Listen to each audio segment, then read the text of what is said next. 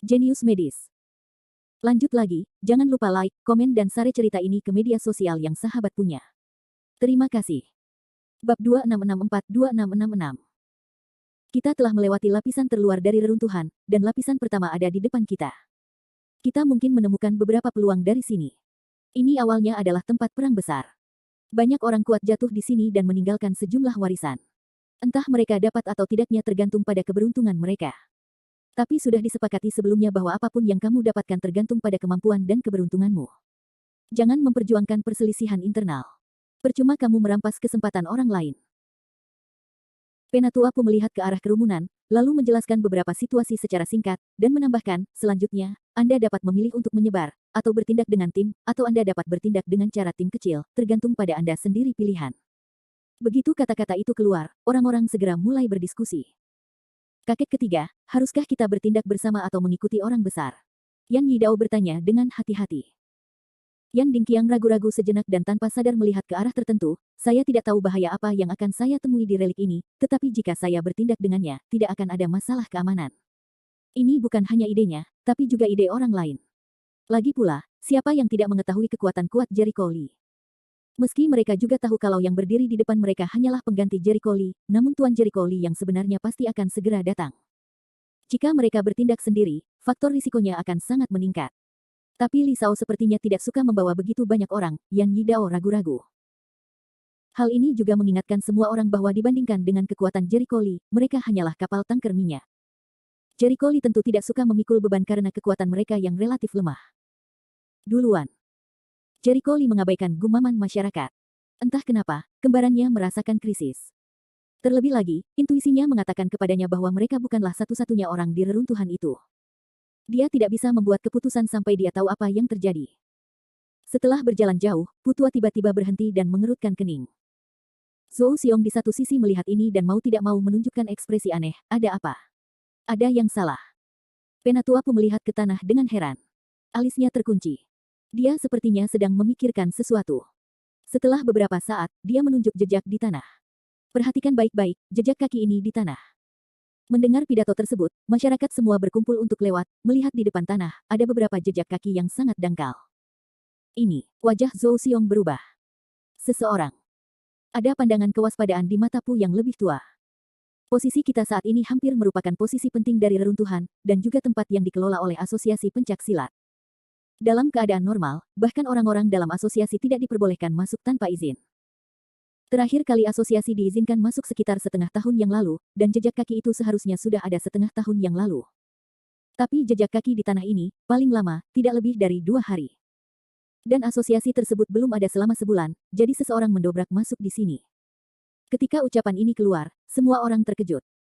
Seseorang menyelinap ke bagian dalam reruntuhan. Wajah Zhou Xiong sedikit berat, siapa yang berani masuk ke sini tanpa izin. Yan Dingyi terkejut, bukankah itu berarti kamu hanya bisa membuka batas luar melalui sebuah token ketika kamu memasuki reruntuhan? Bagaimana orang lain bisa mendapatkan token itu? Ketika pertanyaan ini ditanyakan, Zhou Xiong dan Penatuapu tidak bisa. Tidak menjawabnya sama sekali. Ini terlalu aneh. Kami tidak memahaminya untuk saat ini, kata Zhou Xiong sambil menarik napas dalam-dalam dengan wajah bermartabat. Tapi yang pasti-pasti ada yang masuk ke sini, dan kebanyakan dari mereka tidak pandai dalam hal itu. Dan apa tujuan mereka? Yan Dingqiang bingung. Ini. Untuk sesaat, Zhou Xiong tidak dapat berbicara. Zheng Tiandai merenung, pada prinsipnya, tidak ada yang istimewa dari peninggalan ini. Selain warisan kebetulan yang tidak pasti, seharusnya tidak ada banyak hal berharga yang bisa dijelajahi oleh orang lain. Ya, dan masuk ke sini mudah untuk menyinggung asosiasi seni bela diri. Itu tidak hemat biaya, He Seng bingung. Kecuali ada sesuatu yang sangat penting di dalamnya yang layak untuk diambil risikonya, Wan berspekulasi. Zhou Xiong menolak, tidak mungkin. Meskipun peninggalan ini telah ada selama beberapa tahun, itu hanyalah medan perang kuno, meninggalkan warisan dari beberapa orang kuat. Selain itu, warisan spesifiknya tidak akurat, dan tidak ada yang terlalu penting. Selain itu, jika ada sesuatu yang sangat penting, asosiasi seni bela diri pasti sudah mengambilnya sejak lama. Pernyataan ini terdengar masuk akal. Asosiasi seni bela diri telah bertanggung jawab atas tempat ini selama ratusan tahun. Ada harta yang sangat penting. Saya yakin saya tidak akan membiarkan mereka pergi. Namun, Yan Dingyi tidak berpikir demikian, masih terlalu dini untuk mengatakannya. Memang benar bahwa Asosiasi Seni Bela Diri telah mengelola tempat ini selama bertahun-tahun, tapi bisakah ia menjamin bahwa ia mengetahui segalanya di sini seperti punggung tangannya? Ini. Zhou Xiong tercengang. Dia tidak berani mengambil tiket ini. Hanya ketika orang-orang mengetahuinya barulah mereka menyelinap masuk. Kalau tidak, itu tidak bisa menjelaskan mengapa mereka harus mengambil risiko sebesar itu, Yan Dingyi berspekulasi. Harta karun itu pasti sangat penting. Itu ada benarnya. Penatuapu mengangguk sambil berpikir, saya telah memasuki reruntuhan berkali-kali, tetapi pemahaman saya tentang tempat ini hanya terbatas pada yurisdiksi Asosiasi Seni Bela Diri. Di luar cakupan itu, saya hanya tahu sedikit. Mungkin, ada rahasia luar biasa yang tersembunyi di sini. Yan Dingyi memikirkannya, memandang Jericho Lee dan bertanya dengan hati-hati, Li Shao, bagaimana menurutmu? Jericho Lee memandangnya, saya tidak tahu tentang harta karun, tetapi ada beberapa rahasia seni bela diri. Asosiasi tidak tahu, seperti tanah leluhur klan iblis. Apa? Ketika ucapan ini keluar, orang-orang terkejut. Wajah Zhou Xiong berubah secara dramatis. Li Shao berkata bahwa tanah leluhur klan iblis adalah tersembunyi di reruntuhan Qionglou. Baiklah, tuanku telah menemukan sarang lama mereka, jawab Jericho Lee. Semua orang terkejut. Penatuapu dan Zhou Xiong saling memandang dan terkejut. Saya tidak menyangka leluhur itu tanah klan iblis disembunyikan di sini. Terlebih lagi, Asosiasi Seni Bela Diri telah menjalankan tempat ini selama ratusan tahun, tetapi mereka tidak tahu. Zhou Xiong merasa semuanya serius. Karena disembunyikan di sini, tentu saja kamu tidak akan menemukannya dengan mudah, kata Jericho Lee samar-samar. Jangan terlalu terkejut. Bukankah normal menyembunyikan rahasia di pegunungan dan hutan di sini? Namun, informasi dari Asosiasi Seni Bela Diri Anda agak ketinggalan zaman. Kalau mau saya lihat, sudah lama banyak orang menyeberang jalan. Awalnya, mereka tidak begitu mengerti maksudnya, tapi setelah berjalan jauh, mereka menemukan semakin banyak jejak kaki, dan semuanya adalah jejak kaki baru. Tampaknya banyak orang telah memasuki reruntuhan Qionglou sebelumnya. Mereka. Bab 2665. Saya tidak menyangka seseorang akan bergegas ke depan Asosiasi Wudao dan memasuki relik ini. Wajah sesepuh jenderal itu bermartabat, dan dia memiliki firasat buruk di hatinya. Saya khawatir tidak sedikit orang yang menyelinap ke sini. Setidaknya, tidak semua orang bisa memasuki batas yang ditetapkan oleh Asosiasi Pencak Silat. Biasanya, Anda harus memberikan token untuk membuka batas. Ini unik untuk Asosiasi Seni Bela Diri. Penatuapu tidak tahu bagaimana orang lain masuk. Jericho Lee memandangnya, apakah kamu terlalu percaya diri? Penatuapu tertegun, apa maksudmu? Perbatasan yang kamu buat kelihatannya cemerlang, tapi bagaimanapun juga itu masih dalam lingkup Kimendunjia, tapi siapapun yang mempelajari aspek ini mungkin bisa menerobos. Karena kepercayaan diri mereka yang buta, Jericho Lee juga tidak bisa berkata-kata. Sebagai Master Arai, dia tidak berani menjamin bahwa tidak ada yang bisa memecahkan arainya sendiri. Pada analisa akhir, bukan siapa yang eksklusif. Selama dia belajar cukup mendalam, semua orang bisa menjadi Master Arai. Apakah masuk akal untuk memecah sebuah arai? Jenderal yang lebih tua itu bodoh, sepertinya saya benar-benar naif. Kalau begitu, orang yang masuk ke sini kemungkinan besar mahir dalam susunan. Zhou Xiong mengerutkan kening, tetapi tidak banyak orang yang mahir dalam susunan. Pergi dan lihat dulu. Penatuapu berkata dengan suara yang dalam. Dia terlalu sibuk untuk melanjutkan. Kerumunan itu mengikuti. Setelah beberapa saat, jejak kaki di tanah menjadi semakin padat, dan arahnya relatif terkonsentrasi. Jelas sekali bahwa orang-orang yang datang juga terkonsentrasi ke arah ini. Tadi kita sudah melewati 3 lantai terluar dari reruntuhan, dan sekarang menjadi area inti dari reruntuhan. Setelah berjalan di depan, ada sebuah kota kuno. Tidak bisa dikatakan sebagai kota kuno, hanya beberapa peninggalan arsitektur. Zhou Xiong menjelaskan sambil berjalan. Akhirnya, semua orang sampai di kota kuno. Hati-hati, wajah tetuapu berubah sebelum dia melangkah ke kota kuno. Ada orang, dan jumlahnya banyak. Zheng Tiande dan yang lainnya juga mengubah wajah mereka.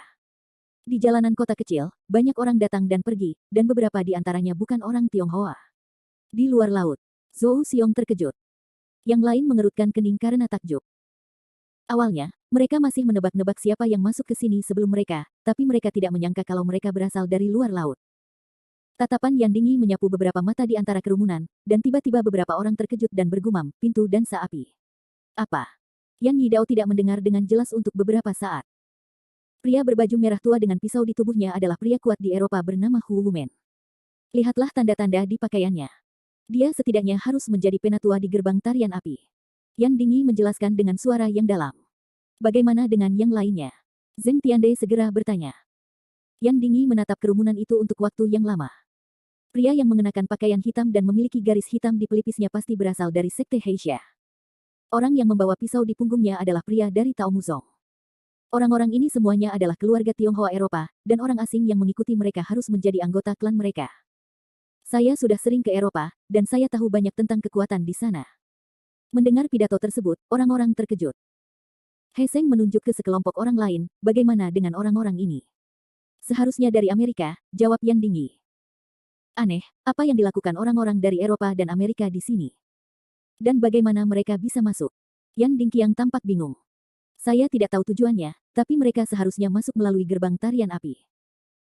Sejauh yang saya tahu, gerbang tarian api itu bagus dalam susunan dan jimat, terutama dalam aspek jimat api, dan paling terkenal. Untuk pertarungan jimat api, jawab Yan Dingyi. Wajah Zhou Xiong tidak tampan, orang-orang ini terlibat, bukankah mereka memperhatikan asosiasi seni bela diri? Asosiasi pencaksilat memiliki cabang di seluruh dunia, tidak hanya di Tiongkok, tetapi juga di Eropa dan Amerika Serikat. Menurutnya, orang-orang yang datang ke sini untuk membuat masalah ini sepenuhnya menantang otoritas asosiasi seni bela diri. Setelah mendengar ini, Yan Ding menghela nafas, Presiden Zhou, jika Anda menggunakan seperangkat aturan ini untuk bertanya kepada orang-orang di Tiongkok, tidak apa-apa. Namun kekuatan di Eropa dan Amerika Serikat percaya bahwa kepentingan adalah segalanya, peraturan dan regulasi hanyalah mainan, dan pengkhianatan adalah hal biasa di mata mereka. Terlihat pasti ada sesuatu di reruntuhan Qianglou yang sangat bermanfaat bagi mereka, sehingga mereka bisa datang dan mencampur air. Bagaimana mereka mendapat berita? Zhou Xiong bingung. Saya tidak tahu soal ini. Mereka pasti punya saluran khusus untuk mempelajarinya, kata Yan. Hati-hati semuanya. Penatua Pu berada dalam keadaan tidak nyaman dan memperingatkan dengan hati-hati, tidak peduli apa tujuan mereka, tunggulah dan cobalah untuk tidak menimbulkan konflik. Tujuan mereka kecil dan keselamatan generasi muda sangat besar. Kerumunan itu mengangguk dan kemudian berbalik untuk berjalan melewatinya. Yan, kamu lebih mengenal mereka. Bisakah Anda berkomunikasi dengan mereka dan menanyakan bagaimana mereka sampai di sini? Penatua Pu berkata sambil berjalan. Saya akan mencoba. Yan Dingyi berjalan lurus menuju kerumunan dan berbicara dengan beberapa dari mereka. Setelah sekitar 10 menit, dia kembali. Bagaimana kabarmu? Jelas. Mereka bertanya. Yan Dingyi mengerutkan kening, wajahnya tidak terlalu tampan, situasinya tidak terlalu baik. Begitu dia mendengar ini, dia merasakan jantungnya berdebar kencang dan merasakan firasat buruk. Orang-orang ini, setahu saya, semuanya adalah kekuatan dari Amerika Serikat atau Eropa. Adapun cara masuknya, sebenarnya orang-orang Huumenlah yang membuka celah di perbatasan dan membiarkan mereka masuk. Bahwa ada harta karun yang sangat penting di sini, jadi mereka datang ke sini untuk mencarinya. Orang-orang terkejut dengan hal ini. Harta karun. Mengapa saya belum pernah mendengarnya? Penatua Pu dan Zhou Xiong memiliki mata besar dan mata kecil, dengan ekspresi aneh di wajah mereka. Yang pertama segera mengerutkan kening, apakah itu sebuah kesalahan? Meskipun benar bahwa reruntuhan Qianglou adalah medan perang ratusan tahun yang lalu, mereka telah meninggalkan paling banyak beberapa orang kuat, belum lagi harta yang dapat membuat mereka datang jauh-jauh. Di sini. Ya, saya khawatir bukan harta biasa yang membiarkan mereka datang, tetapi asosiasi seni bela diri tidak pernah menerima kabar apapun, kata Zhou Xiong. Yan Dingyi ragu-ragu sejenak dan menjawab, mereka memberitahuku bahwa harta karun itu sangat besar dan sangat penting. Siapapun yang mendapatkannya akan memiliki kemampuan untuk menguasai dunia. Omong kosong. Itu konyol. Itu hanya rumor palsu, bukan? Reaksi orang tentu saja tidak percaya sama sekali, karena kedengarannya terlalu omong kosong. Itu hanya kesombongan tongkat Tuhan. Siapapun yang percaya itu idiot. Bab 2666. Alis Jericho Lee terkunci, dan warna dingin melintas di matanya. Benarkah itu yang mereka katakan? Yan Dingyi mengangguk. Tanya beberapa orang, itu semua adalah pepatah, dan pepatah ini bukan rahasia, banyak orang yang tahu. Namun kebanyakan orang tidak mempercayainya, dan sejumlah kecil orang yang mempercayainya datang ke sini untuk ikut bersenang-senang dan mencoba peruntungan. Artinya, seseorang menyebarkan rumor itu. Wajah Zhou Xiong tenggelam. Saya tidak tahu. Saya bertanya kepada mereka bagaimana mereka mendapat berita tersebut, tetapi mereka tidak dapat menjawab. Tampaknya berita itu keluar tiba-tiba dalam beberapa hari terakhir, dan mereka tidak dapat mengetahui siapa yang mengirim berita itu. Yan Dingyi terlihat tidak berdaya. Dia juga berpikir bahwa berita itu sebagian besar hanya rumor. Dia hanya tidak tahu siapa pelakunya. Orang yang menyebarkan rumor itu. Sial. Siapa yang berani menyebarkan rumor seperti itu dan menyihir orang? Zhou Xiong sangat marah. Mata Jericho Lee berbinar, saya khawatir itu bukan rumor. Begitu kata-kata itu keluar, pemandangan menjadi sunyi, dan semua orang datang untuk melihatnya. Apa maksudmu?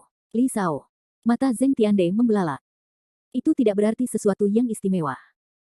Saya mungkin tahu apa harta karun itu, tapi sayang sekali hanya saya yang bisa menggunakannya, dan itu hanya sepotong besi tua ketika orang lain mendapatkannya. Jericho Lee menyipitkan matanya sedikit. Jika tebakannya benar, orang yang menyebarkannya beritanya adalah pria misterius itu. Lokasi reruntuhan Qionglou berada di daerah Miao. Kebetulan keturunan keluarga kerajaan Litang melarikan diri ke sini, jadi jawabannya sudah siap. Harta itu adalah tanda perintah panggilan gudang senjata Sang Yuan. Benda ini, kecuali bahwa itu dapat digunakan, itu hanya sepotong besi tua ketika orang lain mendapatkannya. Kerumunan itu tercengang dan mata terbelalak. Zhou Xiong tertegun untuk waktu yang lama dan bertanya dengan hati-hati, Li Sao, harta karun itu adalah... Li. Ivan memandangnya, itu bukan sesuatu yang bisa kamu ambil. Sebaiknya Anda tidak menggerakkan pikiran untuk menghindari kematian. Selain itu, orang-orang yang menyebarkan berita ini mengincar saya. Jika tidak ingin mati, sebaiknya kurangi mengarungi air berlumpur. Meskipun mereka tidak begitu memahami situasinya, mereka semua sedih ketika mendengar ini. Biarkan Jericho Lee mengingatkan mereka seperti ini, saya khawatir mereka tidak bisa terlibat dalam masalah ini. Jericho Lee melirik sosok di sana dan bersenandung dingin, kasihan sekali orang-orang bodoh ini. Kasihan. Mereka terkejut lagi. Apakah orang-orang ini akan mati? Ayo pergi. Tidak perlu tinggal di sini. Tidak perlu memperhatikan kehidupan orang-orang ini. Jericho Lee tampak tenang. Sekarang dia tahu bahwa token perintah pemanggilan gudang senjata Sang Yuan ada di relik ini, dia harus sedikit menyesuaikan rencana perjalanannya dan mendapatkan tokennya terlebih dahulu. Akan menjadi masalah besar jika jatuh ke tangan pria misterius itu. Apa yang kamu lakukan terburu-buru, tuan-tuan? Saat ini, penduduk Huomen menghentikan mereka. Yan Dingyi mengambil langkah di masa lalu, tersenyum, saran apa? Saya pikir beberapa dari Anda juga pemburu harta karun, bukan? Tapi kecuali lelaki tua itu, semua orang terlihat sangat akrab. Pembicaranya adalah seorang pria muda di Huomen. Dia terlihat sangat muda, tetapi ketika dia berbicara, dia mengangkat dagunya. Dia jelas-jelas sombong. Yan Dingyi tertegun sejenak. Saat dia ingin menjelaskan, Zhou Xiong di sebelahnya memimpin dan berkata, saya adalah presiden masyarakat sekuler dari Asosiasi Seni Bela Diri. Tempat ini awalnya dikelola oleh Asosiasi Seni Bela Diri.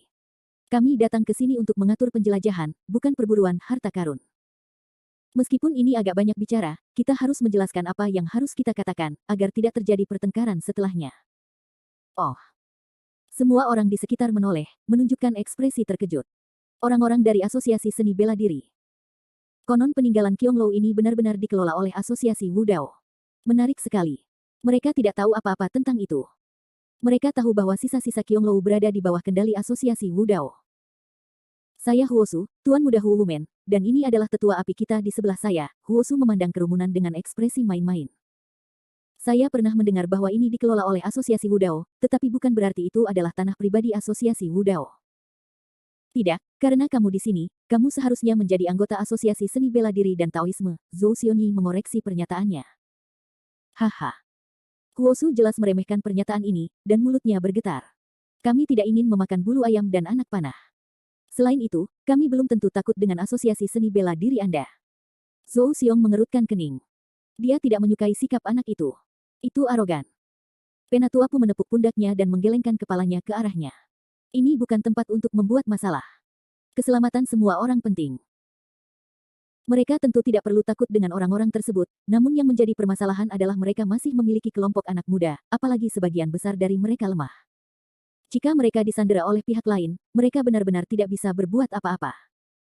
Zhou Xiong menarik napas dalam-dalam, menahan amarahnya, dan terus mengawasi Huosu. Saya tidak akan berdebat dengan Anda. Peninggalan Qionglou ini tidak sepenuhnya aman. Saya ingin mengingatkan Anda untuk pergi secepat mungkin. Kalau begitu jangan khawatir, Huosu tidak menyetujuinya, dan yang lainnya bahkan menunjukkan rasa jijik mereka. Jelas sekali, orang-orang ini merasa bahwa dengan kekuatan mereka sendiri, tidak akan ada bahaya sama sekali di reruntuhan Qionglou. Bahkan jika mereka dalam bahaya, mereka dapat dengan mudah melarikan diri. Li Sao, sikap orang-orang ini benar-benar. Yan Yidao sedikit tidak yakin. Berapa umurmu, masih marah pada orang seperti itu? Jericho Lee berkata dengan lemah. Yan mendengar ucapan pisau, dan langsung tersipu, Li Sao pelajarannya. Saat ini, Huosu dan yang lainnya memperhatikan Jericho Lee di antara kelompok itu. Mereka menemukan bahwa meskipun anak laki-laki itu masih muda, orang lain sangat menghormatinya. Apakah orang ini putra dari Presiden Asosiasi Seni Bela Diri? Saya rasa begitu. Saat ini, Jericho Lee dan yang lainnya langsung datang, siap untuk pergi melewati kerumunan. Berhenti. Begitu Huosu minum dengan dingin, dia menghentikan mereka dan menghalangi jalan mereka. Dia menatap Jericho Lee, "Nak, saat aku melihat tuan mudaku, aku tidak menyapanya." "Siapa kamu?" Jericho Lee menatapnya dengan dingin. Hal ini membuat Huosu yang angkuh dan angkuh terlihat kaku. "Kamu," semua orang di sekitar tercengang, terutama orang-orang di gerbang Huwu yang datang bersama Huosu. Sekte Tari Api adalah sekte terkenal di Eropa. Ketenarannya setara dengan sekte Kongtong di dunia persilatan Tiongkok. Bagaimana mungkin orang ini tidak mengenalnya? Reaksi pertama adalah anak laki-laki itu mengatakan itu dengan sengaja. Yan Yidao menunjukkan ekspresi lucu. Dia sangat jelas bahwa Jericho Lee tidak bersungguh-sungguh. Dia benar-benar tidak mengetahui Huosu ini. Dengan kekuatan dan posisi Jericho Lee saat ini, dia tidak perlu mengenal siapapun, hanya orang lain yang berinisiatif untuk menyenangkannya.